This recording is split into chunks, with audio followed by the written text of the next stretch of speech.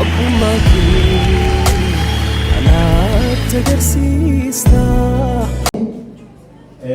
Amantoonnis toora sagantaa iddoo kanatti gaggeeffamu kana yaadan alas warri jirtan tarii yoo fuulaaf fuulatti illee warra dhaabattan sagalee fi ergaan iddoo kana darbu hunduma keenya waan ilaallatuu fi qalbiidhaan waliin ta'uun keenya barbaachisaadha.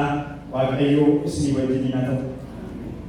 Kan jaallatamtan amantoota kanaa Sinodosiin Giddu Galeessaa Waldaa Kiristaanaa Maqaa Yesuus Itoophiyaa seeraa fi tumee ittiin bulmaataa fi baafate irratti hundeeffamee waamicha waldaanis lubni nu gidduu jiru lubii Alamaayyoo Abbabee hojjetaa wangeelaa ta'ee akka hojjetuu fi waameera. Ani yeroo kanatti luba waldaa kanaa akka inni ta'uu fi eebbaan akka isaan ramaduuf waldaan kiristaanaa kun aboo anaaf kenneeti. Kanaaf amma sirna isa kanaa walii wajjin geggeessina. Kanaaf yaadannoo dubbii sagalee Waaqayyoo keessaa raajii Isaayyaas boqonnaa 6 lakkoofsa 5 hanga 8 akkuma kana immoo ergaa Phaawulos Ximootiyoosiif ergame isa lammaffaa boqonnaa 2 hanga 3 akka dubbisaniif warri kennameef iddoo kanatti nu dubbisu.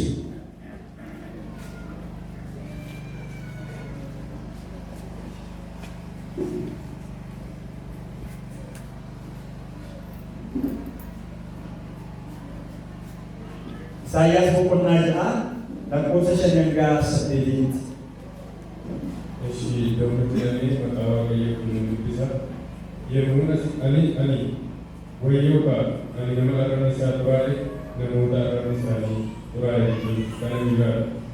Waan ta'e ijji koos Waaqayyoo mootii maccaa waan arge nan bada jedhee nan hiika. Kana irratti xuraafonni warra achi dhaabbatan keessaa tokko barbadaa ibiddaa isa qabduudhaan yeroo isaatii fuudhee harkatti qabatee gara kootii barate. Barbadichas afaan kootti buusee kunoo kun afaan kootti waan bu'e yarki keessi irraa fuudhameera. Cubbuun keessi dhiyeeffameera taate. Yommuu sagalee Waaqayyoo isa eenyu nun ergaa eenyutus ergaa nuuf dhaqa jedhusuma ta'ee achumaan immoo kunoo ani jira kana eeguudhaan jedhee ameen. Ameen. Luba Alamaayyoo ergaa kana dhagaye. Gooftaan keenya Yesuus Kiristoos akkanatti aanee jirutti bartoota isaatiin jedhee Yesuus ammas itti deebi'ee nagaan isiniif haa ta'u isaaniin jedhe. Itti fufees abbaan akkuma na erge ani immoo isinan erga jedhee isaanitti dubbate. Kana jecha hafuura isaanitti baafatee hafuura qulqulluu fudhadhaa. Cubbuun isaanii kan isin dhiiftaniif cubbuun isaanii isaaniif dhiifameera. Cubbuu isaaniitti kan isin hin hiikne cubbuu isaaniitiin hidhamaniiru isaaniin jedhee. Yohannis boqonnaa 6 boqonnaa 20 hanga 23. Phaawulos ergamaa Ximootiyoosiin kana hundumaa isa dhabuuni isaan barsiisi. Dubbii afaan keessaa ba'uun akkaataa jireenyaatiin jaalalaan amantiidhaan of qabuudhaanis amantoota fakkeenya ta'e namni tokkollees ijoollummaa keetiif sin tuffatin hamma ani dhufutti immoo caafata qulqullaa'oo namoota dubbisuutti gorsuutti barsiisuuttis of kenni. Sagalee raajii dubbatame maanguddoonni harka isaanii mataa kee irra kaa'uudhaanis kennaa hafuuraa siif kenname si keessa jiru sana hin dagatin. Namoonni hundinuu itti guddachaa adeemu kee akka arganitti kennaa kanaan hojjedhu ittis galuu dhiisi. Ati ofii kee barsiisa kee eeggadhu itti jabaadhus akkana gochuu keetiin mataa kee warra si dhaga'anis gara fayyinaatti hin geessitaa. Ameen. Sagalee ani si gaafadha luba Alamaayyoo Abbabee ani si gaafadha. sagalee waaqayyoo kun ajaja jireenya keetii fi itti amanamummaa kee kan siif ta'e yaadachiisan kan yaadachiisan haa ta'an tajaajilaa fi hojii qulqulluu har'aa fudhattee kana yaadatti akka qabattuu fi hojiidhaanis akka mul'iftuu fi waldaan kiristaanaa sirraa hin eeggatti. Kanaafis gooftichaaf tajaajilaa dhuga qabeessa akka taatu mul'inattis kadhataaf garaa guutuudhaan ta'een yaadaanis fudhachuu kee yaadi. Waldaan amantootaas isa gaarii sana lola gaarii sana jabeessitii qabi. Jireenya bara baraa argachuu biras ga'i. Kanaafis Waaqayyo ayyaana isaatiin si'aa geggeessu. Kanaafis fuula isa hundumaa danda'u Waaqayyo duratti, fuula waldaa kiristaanaa kanaa duratti si gaafadha. Hojii lubummaa isaa kan waldaa kiristaanaa kana fudhachuu kee hafuura dhugaadhaan tajaajiluudhaaf itti dabalee immoo barsiisa fayyisaa keenya jireenya hafuuraa jiraachuudhaan eeguuf qophooftee taa'ee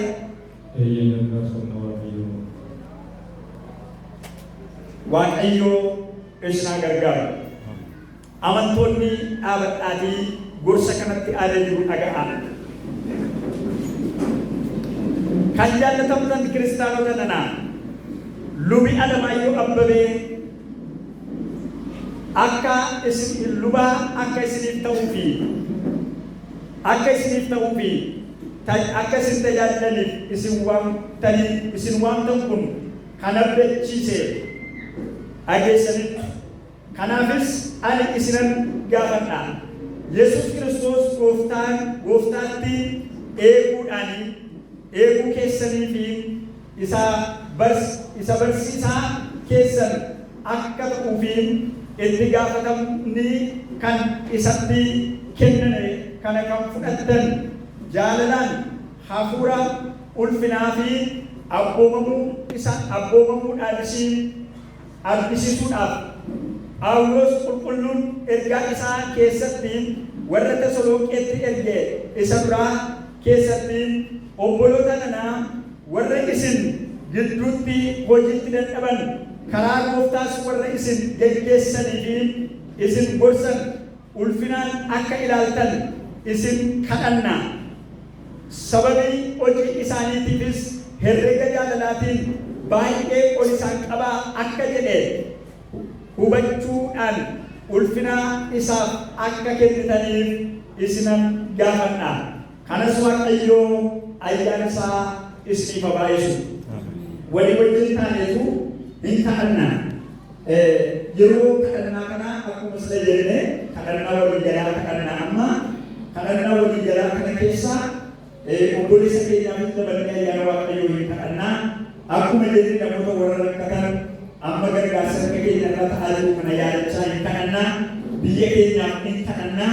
Kadhannaa walii jalaa kana luba bareedduu kana Waaqayyoon erga kadhatanii booddee sagantaa kana walitti qabnaa dubbii Alamaayyoo gara iddoo kanaatti as dhufu.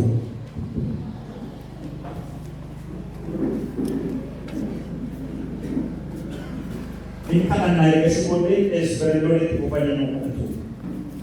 Hundumaa kan dandeessu yaa Waaqayyo gooftaa keenya ayyaana keetiin jaalala kee kana isa ulfina qabeessa harka keetiin waldaa kiristaanaa keenya keessatti barsiisa hundee qabuu fi luba ta'uu waan kenniteef si galateeffanna.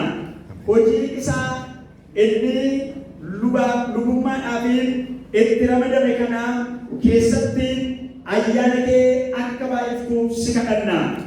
Qulqulluu kan ta'e amantoota kanaaf qulqulleessuu yaa Waaqayyo gooftaa amantoota waldaa kiristaanaa hundumaa araara keetiin akka isaan ilaaltuu fi si kadhanna. Barabaraan jiraataa isa ta'ee wangeela keetiin yaada isaanii isa ibsu qulqulluu dubbii keetiin fudhatanii garaa isaanii akka bantuu fi maqaa Yesuus Kiristoosiin jaalala kee haa ta'u. Ameen. Ilmi kadhannaa itti fufnee akkuma jenne kadhannaa xumuraati waan ta'eef waan amma maqaadhaa turre waan nu barbaachisu walitti qabnee galataa wajjin qeesiidhaa wajjin kadhanneetu dhumarratti lubii Alamaayyoon eebbanuu kennu sagantaa waaqeffannaa keenyaa walitti qabna. Kadhannaa buleessa keenyaa luba Alamaayyoodhaafis kadhannaa mataa keenyaafis kadhannaa harka keenya gara Waaqayyootti qabne keessumatti nama kanaaf kadhannaa nama guyyaarraa adaraa fuudhe kanaaf kadhannaa sagantaa kanarra jira warri dhaabannu kunis adaraa fuudheerra sabni kunis adaraa fuudhaniitu nama kana duwwaa miti Waaqayyoo walitti nu waameera kanaaf kadhannaa Waaqayyoon isin galateeffanna Waaqaaf lafarratti aboon aangoon kan sii kenname carraa kanaaf kennaa kanaaf si galateeffanna bulaan irratti banamee jiru kanaaf si galateeffanna gara iddoo kanaatti waamuu keef si galateeffanna ergaa guutuu kanaaf si haa galatu nama nu laatte kanaaf si haa galatu ambariirra keesse kana wayyoorra keessee ulfaata gara mana keetti gara gola keetti garoo jiisa ulfaata gara isa cimaa kanaatti obboleessa keenya waa waamteef si haa galatu si galateeffanna gooftaa waaqaaf lafaa maqaan kee haa eebbifamu harka keenya walitti rukunnee gooftaa galateeffanna yaa Waaqayyo galanni siif haa ta'u tajaajila waan nu laatteef si haa galatu kan nu geggeessu kan nu to'atu waan nu laatteef murtee waan nu baafteef obboleessa keenyas rakkina bal'aa lola bal'aa keessa dabarsitee carraa kana waan laatteef galanni ulfinni siif haa ta'u si galateeffanna waa'ee obboleessa keenyaaf si galateeffanna waaqaaf lafarratti maqaan kee ulfaatu ammas obboleessa kanaaf si kadhanna mana isaaf si kadhanna maatii isaaf si kadhanna yaa Waaqayyo adaraatti laattee kanaaf si kadhanna harka keenya kaafnee kan nama jalqabee nama xumursiisu siidha gatiitti bal'aa kan namaaf laatu siidha hubannaaf ogummaa kan namaaf laatu siidha lola jiru keessas kan nama dabarsu siidha obboleessa keenyaaf si kadhanna ayyaanni kee isaa wajjin haa ta'u humni kee isaa wajjin haa ta'u waan jiru keessatti isa dandeessisi mul'ata mana kee laadhuuf yaa Waaqayyo mul'ata gola mana kee ati kenniif garaasaa yaa Waaqayyo jireenya isaa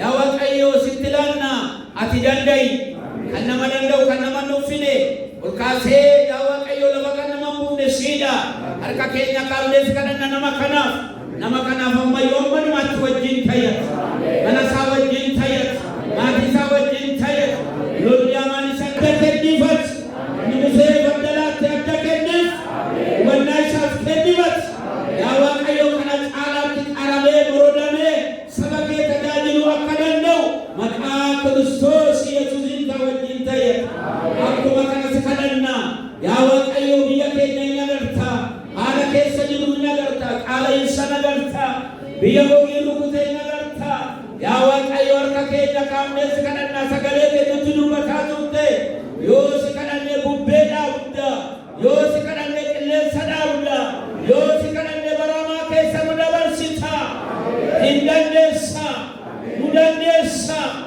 yaa Waaqayyo si kadhanna jireenyi keenya maddi jireenyaa si harka yaa Waaqayyo nu gargaariat qilleensa kana gab nu godhiat qaala'insa kana gab godhiat bitaa mirgaan isa ka'u bubbee hamaa kana gab godhiat warra abidda keessa darban nu godhiat warra qilleensa hamaa keessa darban nu godhiat irraa nu hambisi hamnee si galateeffanna bara hamaa kanarraa nu hambisi bara hamaa kanatti nu laatiin qilleensa hamaatti nu laatiin qaala'insaatti nu laatiin adayyeessaa gargaari ijoollee abbaa faadhaan qabne gargaari har'allee nu gidduudha isa gamaa miti kan nyaatanii yaa Waaqayyo kan hin jiraanne kan dhabanii rakkatan rakkina garaa garaa kan qaban waan afaanitti geeffatan kan qaban Waaqayyo soorri dhala namaa si bira maddi isaa si bira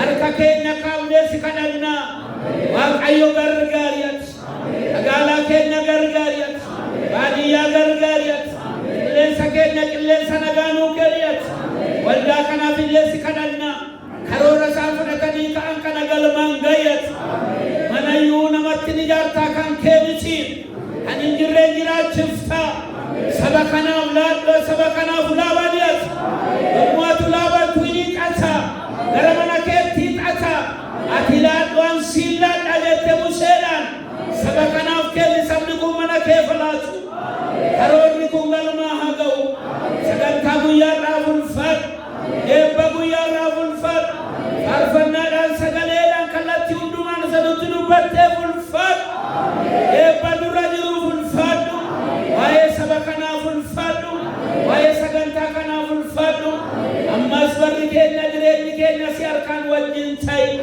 si baanee gara mana keenyaatti mugalu nu gargaari sagantaa kana kallattii garagaraan qindeessanii warra nu geggeessan eebbisiya kallattii hundumaan wajjin ta'i sanutti jaallattee si mararee fuula keeroo hundumaa jiru Kiristoos Yesuusiin ameen.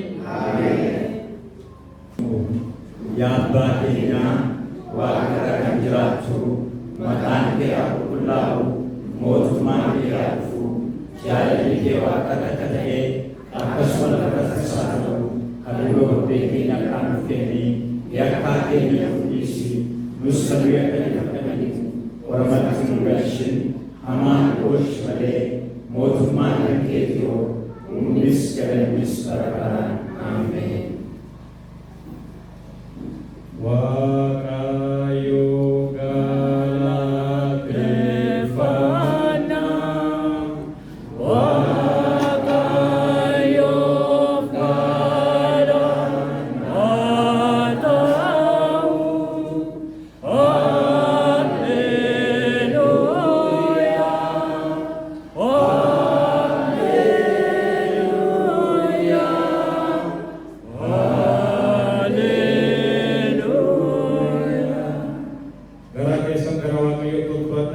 Alleluuyaa ayyaanni gooftaa keenya Yesuus Kiristoos jaalalli Waaqayyo Abbaa tokkummaan Hafuura Qulqulluu hunduma keenya wajjin haa ta'u.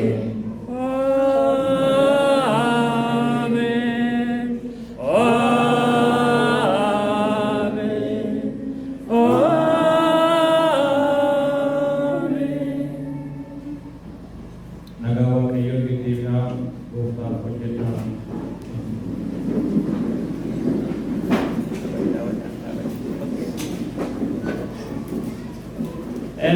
Waaqayyo baay'ee baay'ee guddaa galateeffannaa luba Waaqayyo nuuf kenne kana harka keenya walitti buufnee simannu. Baay'ee Waaqayyo guddaa galateeffannaa yeroo dargaggeessi qabaatu akka sabakaa magaalaa Naqamteetti luboonni sadii muudamaniiru. Luboonni lama ramaddii isaanii irra gaggeeffame tokko waldaa Maqanasiis Burqaa Jaatoo luba Amanuu Gammadaati. Inni Arqaamoo luba Alamaayyoo Abbabaa uno sa deeggarii naggatanii galanni Waaqayyo bata. Naani Waaqayyo galanni hojjechaa tokkommoo fedhaa jaalala Waaqayyo yoo ta'e torbanarraa sirni hunda ramaddiisaa hin gaggeeffamaa inni immoo luba Efreem Gurmeessaa jedhama. Sa'aatis Waaqayyoon hin kadhannaa Waaqayyo sinaa eebbisuu fayyaa ta'a adaraa keessan kan jennu yaadaan duukaa bu'aa kadhannaan duukaa bu'aa gargaaraa isinii jennaa kabajaas immoo kabaja namni waliif kennu gaariidha wanta ta'eef Waaqayyo sinaa eebbisu fayyaa ta'a ulfaadhaa. Uffata kiluus Waaqayyo sinaa eebbisuu jedhaanii sagantaa keenya gara fuulduraatti fidaa jirra.